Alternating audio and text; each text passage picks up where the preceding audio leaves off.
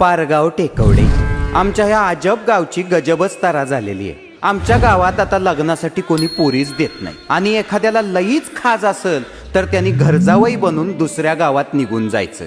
असं का झालं? कारण गेल्या 15-20 वर्षात आमच्या गावात मुलीचा जन्मच झालेला नाही. खरं म्हणजे होऊच दिलेला नाही.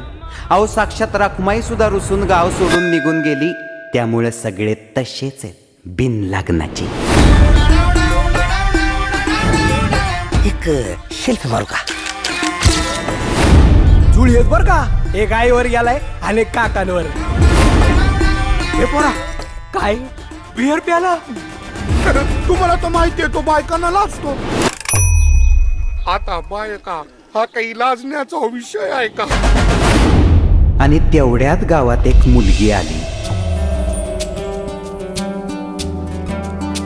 तुझे एकदा लग्न झाले की मी काकाच्या जबाबदारीतनं मोकळा. ते लग्न बिग्न नंतर काका मला तर कृषी अधिकारी व्हायचंय. सिंपल सिंपल सिंपल हवी, सिंपल मध्ये डिंपल हवी, सिंपल सिंपल सिंपल हवी. रोज घरात ज्या नवीन नवीन गोष्टी येत आहेत ते माझ्यासाठी चाललंय ना. आता तर तू बोलावत सगळ्यांना, मी तयार आहे लग्नासाठी. पूर्वीच्याकडे कसं व्हायचं? स्वयंवर व्हायचं. गावोगावचे राजकुमार यायचे. मग समजा एखाद्याची कला राजकुमारीला आवडली, मग राजकुमारी म्हणायची की पप्पा मला ह्योच पाहिजे. आवाज वाढव डीजे तुला आईची शपथ हाय हाय. आवाज वाढव डीजे तुला आईची शपथ. फुले आवडतात का? हो, महात्मा फुले खूप आवडतात तिला. आवाज वाढव डीजे तुला. तुम्ही बियर शॉपी टाकली पण एखादा मेडिकल का नाही टाकलं? माणूस रोज औषध पितो का?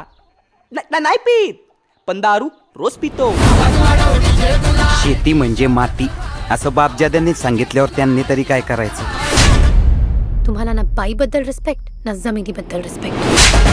आवाज वाढव डीजे तुला आईची शपथ हाय. आवाज वाढव डीजे तुला आईची शपथ हाय.